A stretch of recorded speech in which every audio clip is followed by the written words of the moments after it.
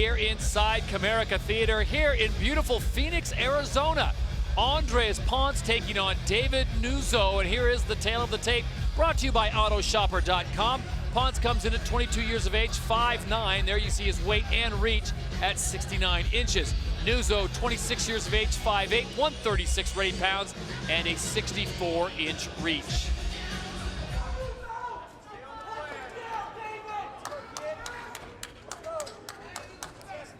So the aerial view of the decagon with Ryan Brueggemann in charge of this bantamweight fight scheduled for 3.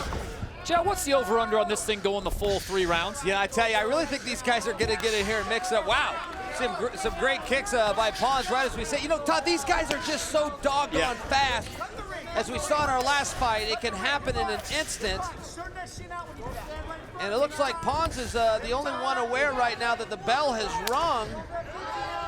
Nuzzo's yet to get started. He's standing his ground. Okay, there's his first punch of the night. I'll tell you what, these guys get in the pocket and start throwing some leather. And Ponce, as you mentioned, really mixing things up here. And we're just about 30 seconds in. And I can tell you, Todd, this is a very high energy from Ponce. I realize we're only 30 seconds into this contest, but this is high energy, particularly when you're throwing those Conor McGregor-style spinning back kicks. Whether they land or they don't, it takes a lot out of you. You've got to weigh that into your decision process. Early on, it's Andres Ponce in the black with the red trimmed trunks, throwing the Jose Aldo inside kicks to try to soften up that lead leg of David Nuzzo, and this one's going to the ground.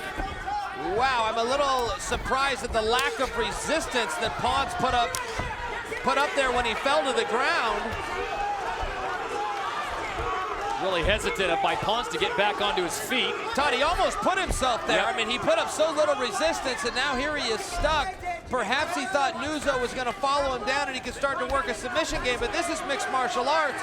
Nuzzo does not have to come to the ground. There's some good strikes by Nuzzo. He's turning this thing around. David Nuzzo going to work on Andres Ponce, who started off the first 30 seconds with a flurry, and now it's a combination of big elbows and punches as Ponce tries to respond. Now, Todd, there's some real technique going. Okay, now Nuzzo clears this space. That was some excellent ground and pound. Here we are back on our feet.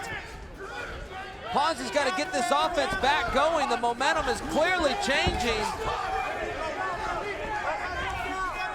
Just 2 minutes into this one, an explosive fight early on in the bantamweight division. Andres Ponce controlled the first 45 seconds. After that, all David Nuzzo. Good spinning back fist right there by Ponce. Ponce a very exciting fighter. I can't help but wonder if he has slowed down just a little bit from that early onslaught. Again, a spinning back kick here. It did touch his opponent, but I'm telling you, Todd, that's a high-risk move in that it takes a lot of energy. Nuzzo finding his range, pressuring forward. Good leg kick by Nuzzo.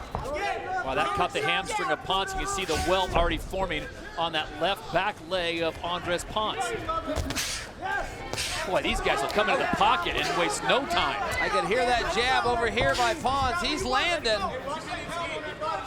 He doesn't have the big power shots yet, though, Todd. A lot of feeling out, a lot of jabs, a lot of lead leg kicks. He's going to have to put a combination together and bring some power behind it. And the Mohegan Sun scoring app is in full effect. Folks, get on board and see how you fare against the folks sitting ringside, the Mohegan Tribe scoring app. Well, I'll tell you what, with 1:40 to go in this one, it is David Nuzzo now back to ground and pound. Ponce just dropped again. I am stunned at his lack of resistance, at his willingness to come to this position. This is a defensive position. Being on the ground, being underneath your opponent. You were just talking about the new scoring app. A judge is not going to give the bottom fighter a round should it come to a decision. And now Ponce is caught in full mounts by Nuzzo. Nuzzo swinging away. Anytime a full mount is happening, a referee has to take a good look at that. Ponce with these long, skinny arms has some even skinnier and sharper elbows. Less than a minute to go here in round number 1. The big question, can Andres Ponce survive the full mount as David Nuzzo is just laying it to him? Todd, he put himself here. He put himself in this position. He essentially sat down and let Nuzzo come on top, and I haven't the foggiest idea what that strategy was, but he's done it twice inside this first period. Give credit to David Nuzzo taking full advantage of the mount. Absolutely dominating. Look how he's sliding up on the chest of Ponce now. He can't even kick his way out of this thing. The only thing Nuzzo's going to have to do is not punch himself out. A referee in no circumstance will break this position and restart it. If Nuzzo wanted to use this as a rest, he could. He's choosing to attack here, but he's got to remember he has a potential of 10 minutes left, so more strikes here by Nuzzo. I'm not sure what is intelligent about the defense of Ponce or what exactly our referee needs to see, but we're about 40 unanswered strikes. So Andres Ponce survives a devastating first round. He came out with so much promise in the first 30 to 40 seconds, and then it was all David Nuzzo in the dominant position of the mount, and it's just round number 1. What? My foot's broken, Coach. It's broken. You sure? How you feel? Hey, look it. He's gonna want miracles now. So we keep our hands up and to watch that spin crap and watch his overhand. When he gets close to that, I need you to fight from the bottom. All right. If we're gonna be on the ground, I need you to fight from the bottom. I want them elbows. All right. and get in flying knees. How we doing? We okay? Hey, we okay? I need more jabs, right? More jabs. When he jabs, we jab. Done. He's fucking Deep breaths, right? More jabs, deep breaths. Seconds out.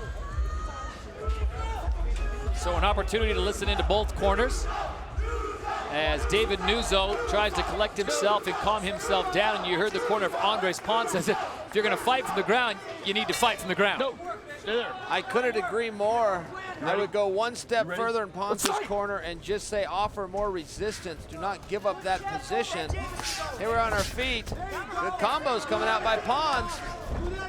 How about this suggestion though to Ponce? Don't even go to the ground. It's not your forte. I completely agree with that. We'll see if he mixes up strategies here. Wow, and Nuzzo just cutting the leg out, and back to the ground it goes.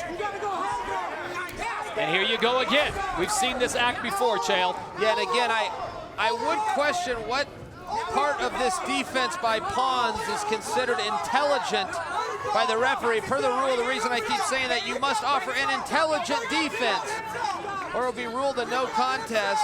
Ponce is yet to mount. He is yet to mount an offense from the bottom. I apologize, not a no contest, rather a technical knockout. Nuzzo controlling this position. Nuzzo starting to feed his right arm between Ponce's legs, looking for a pass. He takes it out now, goes back to strikes.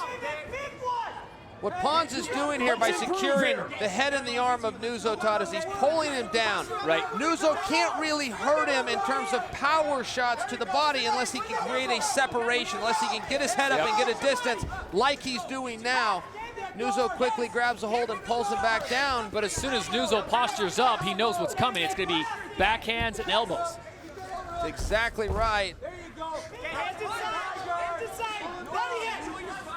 So he keeps away from the hammer's fist for momentarily, closes the guard, does Andres Ponce, and David Nuzzo regroups. Ponce is holding him tight, looking to protect himself, not offering any offense, yet he has seemingly put himself in this position. I'm confused as to what he's looking for, or what he was looking for.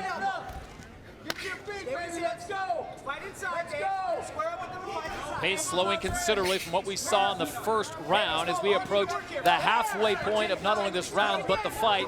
This one's scheduled for 3 in the bantamweight division of the World Series of Fighting. You know, I'll tell you, Todd, there's a tactical decision that has to be made if you're the top guy like Nuzzo is. Do you want to use your energy? Do you want to constantly attack a guy if you aren't going to finish him? Because there is the remainder of this round and the balance of the next round, so you need to conserve some energy. Andres Ponce fishing for something as the closed guard. And Nuzzo not posturing up as much as Ponce is trying to control not only that left arm, but also the head. And a mouthpiece is out. I believe that's the mouthpiece of David Nuzzo. Stop right there, stop. I think it is. Put it in. Put it in. Ready? Fight! Just me, but I'd ask for it to be clean first. I think Nuzzo wanted that rinsed. I saw that as I saw that as well. There was a brief pause there, wasn't there? A little hand sanitizer, a little water, something. Gets him right back to action. I'll give Andres Ponce this. He is staying busy this time on his back. Trying to mount something, punches, kicks, anything. He is. I will concede that point, but he isn't looking for the submission, which you would think if a guy is going to elect to be in this disadvantageous position, that he must have a submission or two up his sleeve that he thought he could pull out. I haven't even seen him set a submission up. Right here you can see, okay, Ponce now has what we call a closed guard, just meaning his feet are touching one another. You only have two submission options, Todd, from a closed guard. You've got a guillotine choke and something called a Kimura. When he opens his legs here, there was almost no offense. Right. He goes back to a closed guard, which is a very defensive position. Final minute of round 2. I think that being defensive is the best that Ponce can hope from Improve here. Improve your positions. So right now it's Andres Ponce on his back. David Nuzzo seeming a little bit gassed here, trying to mount some more offense. Clearly the dominant position he has held for most of this fight. Nuzzo had a very hard weight cut. I got a visit with him at the weigh-in yesterday. I saw him right as he walked in, and I said, boy, you look thirsty. I'd never met him before. First thing I said to him, boy, you look thirsty. He said, I am. I'm struggling. So when you talk about the fact that the pace has slowed a little bit, I think that that weight cut does play an effect even 24 hours later. Let's work. Final 10 seconds of this one. David Nuzzo doing a better job on his back opposed to Andres Ponce.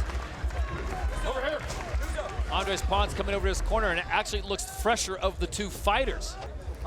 Getting some attention there on the side of his head. Chael did a better job, as you pointed out multiple times, not mounting a great offense from his back, but doing a better job this time of trying to keep David Nuzzo from teeing off on him. Todd, I fully concede he protected himself well from bottom, but he elected the position. And I must know why. I want to go in there and ask him, I must know. Why are you choosing a disadvantageous position? No, back. Right here, they're dead even. You know, Todd, they say that 80% of fights end up on the ground, but 100% of fights start standing up. So right now, we are in the neutral position. Let's fight. See if Ponce can change his fortune. So here we go, the third and final round. Chael, welcome to the World Series of Fighting. I'll put you on the spot right away. How do you have this fight through 2 rounds? Yeah, I definitely have it 2 rounds to none. Blue corner, Nuzzo, all based upon top position control that his opponent gave him. Sure. And just like the start of the fight, Andres Ponce comes out flying some leather and a nice spinning back kick that does a little damage. Where did this energy come from? Oh, big uppercut misses. Good thing for Nuzzo, that one was headed for left field. And Ponce bringing the footwork in as well. Look at this. Does he throw a little capoeira in here? Beautiful. High energy techniques. I would have thought he was a little more fatigued. Wow. There, he just took a big shot. David Nuzzo connecting on the big right, and he goes right back to the ground, and now it is Nuzzo's time to tee off. Yeah, well, let me give you my first prediction of the fight, and that is we see this position for the balance of the contest. I do not believe Ponce has any interest in standing up. Get to your feet. You hear the corner of Andres Ponce telling him, get to your feet. That's where he's had his success in this bout.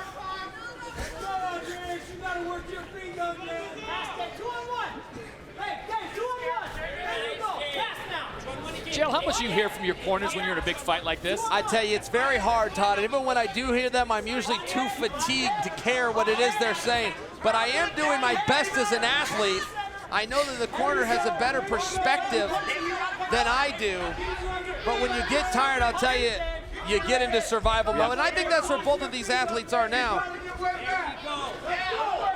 Nuzzo will have to improve his position or land effective strikes from here if he wants to keep this position.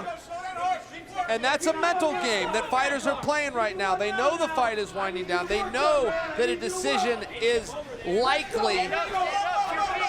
Right here, Ponce. Look at this. His first move of the There you night. go. That was his first attempt of this fight to get off the bottom, and it worked, Todd. So now Andres Ponce, after almost giving up the back to David Nuzzo, has 220 to work with on his feet. And he's coming forward. Now he pushes Nuzzo into. Is Ponce looking for the takedown? So role reversal in this bantamweight bout. Andres Ponce has the advantage as David Nuzzo closes guard, and he'll try to get back to his feet. Look, as far as it goes with Ponce, I love the young man's skill set. I despise his strategy, but he is in dominant position right now and looking to improve. He passes to what we call side, or rather half guard, looking to get the side control. Nuzzo looking to just pull that head tight, keep it close to his body, absorb as little of damage as possible, and the only thing that Nuzzo has to do right now is beat the clock. If the clock runs out, he will get his hand raised. Under 90 seconds to go in the fight.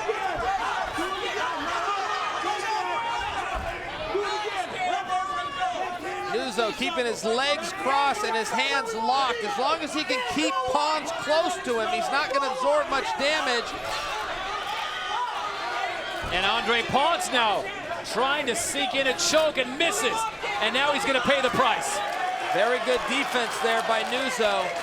It looked like Ponce was looking for a choke. Nuzzo caught that wrist. He's reversed the position.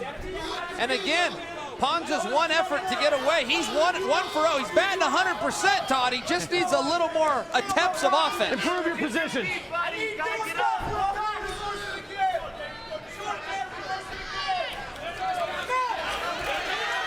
Side control for Nuzzo, goes back to the mount.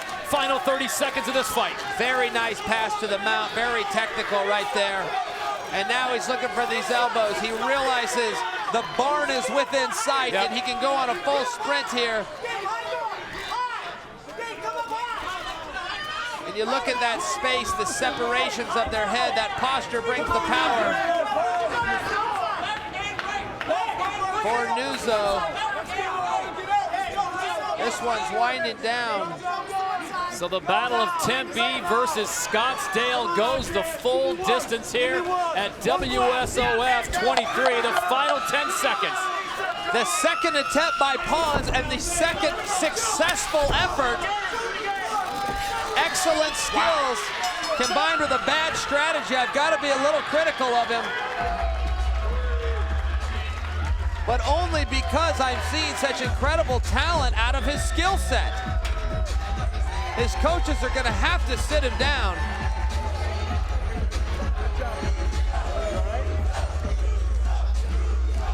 Well, the bantamweights rarely disappoint when it comes to the action category, and they started off with a flurry. Andres Ponce coming out, throwing all kinds of maneuvers, spinning back fist kicks, you name it, and then David Nuzzo took over and found a bit of a weakness, getting this fight to the ground and really dominated once it got to the ground.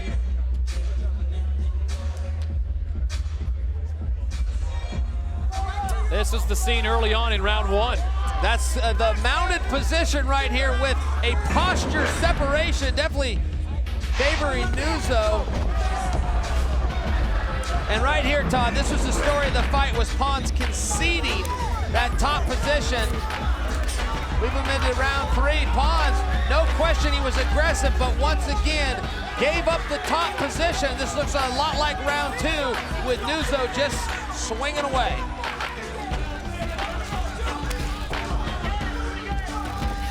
End of the fight right there.